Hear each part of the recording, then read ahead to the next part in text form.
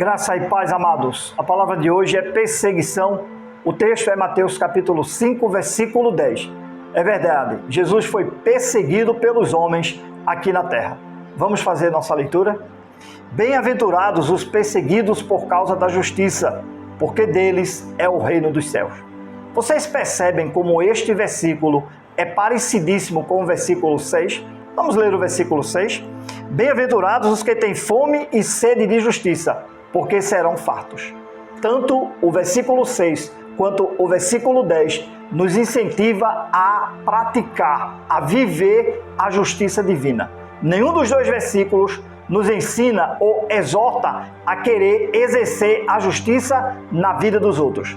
Queremos ser justos diante de Deus, mas não queremos ser justiceiros. A diferença é grande, meus amados. Mas voltando para o versículo 10, quando ele diz: bem-aventurados os perseguidos por causa da justiça, porque deles é o reino dos céus, só lembrando que bem-aventurados, abençoados, os perseguidos por causa da justiça. Sim, quando praticamos, quando exercemos a justiça, somos perseguidos.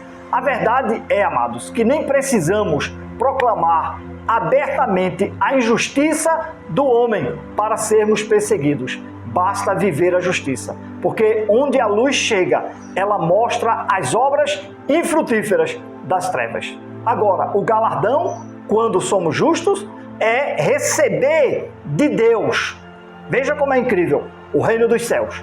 Por isso precisamos nos manter firmes nesse caminhar, praticando, vivendo sempre na justiça divina de Deus, nunca querendo fazer justiça na vida dos outros. Comigo tem que ser o certo, comigo é preto no branco, comigo é ferro. Não, amados, a justiça compete a Deus de exercer na vida dos outros. Agora seja justo diante dos homens, mas também diante de Deus. Vamos olhar um exemplo de Jesus no livro de 1 Pedro, capítulo 2, de versículo 21 a 24. Vamos ler juntos, versículo 21 e 22. Porquanto para isto mesmo fostes chamados, pois que também Cristo sofreu em vosso lugar, deixando-vos exemplos para seguir os seus passos, o qual não cometeu pecado, nem dolo algum se achou em sua boca. Sim, Jesus nos deixou o exemplo para seguirmos os seus passos. Ele sofreu em nosso lugar e muitas vezes iremos sofrer por causa da justiça, por sermos justos.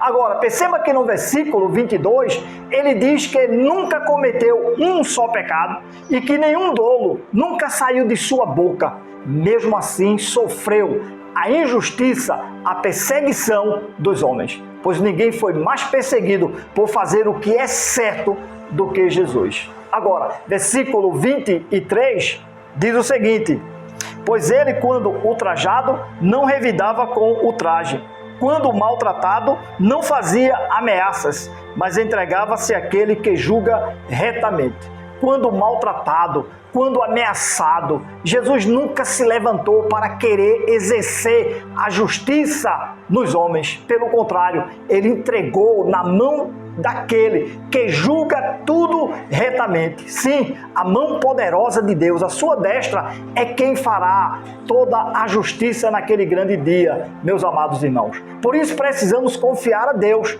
e não querer, em hipótese alguma, exercer justiça na vida dos outros, mas viver, praticar e andar na justiça divina.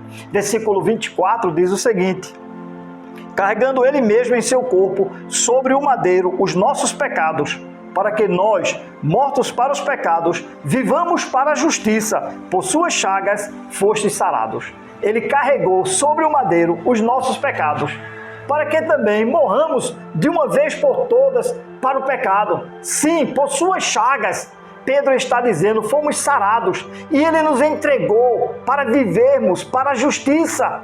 Jesus, ele viveu de forma justa, mas foi tratado pelos homens injustamente. Mas qual a atitude, qual a reação de Jesus? Ele entregou a Deus todo o juízo. Amados, compete a Deus. Viva a justiça. ande na justiça, exerça a justiça na sua vida, mas nunca queira ser justiceiro. Que Deus nos dê a graça e a força para alcançarmos este propósito de sermos justos diante dos homens, mas especialmente diante de Deus. Tenha um excelente dia.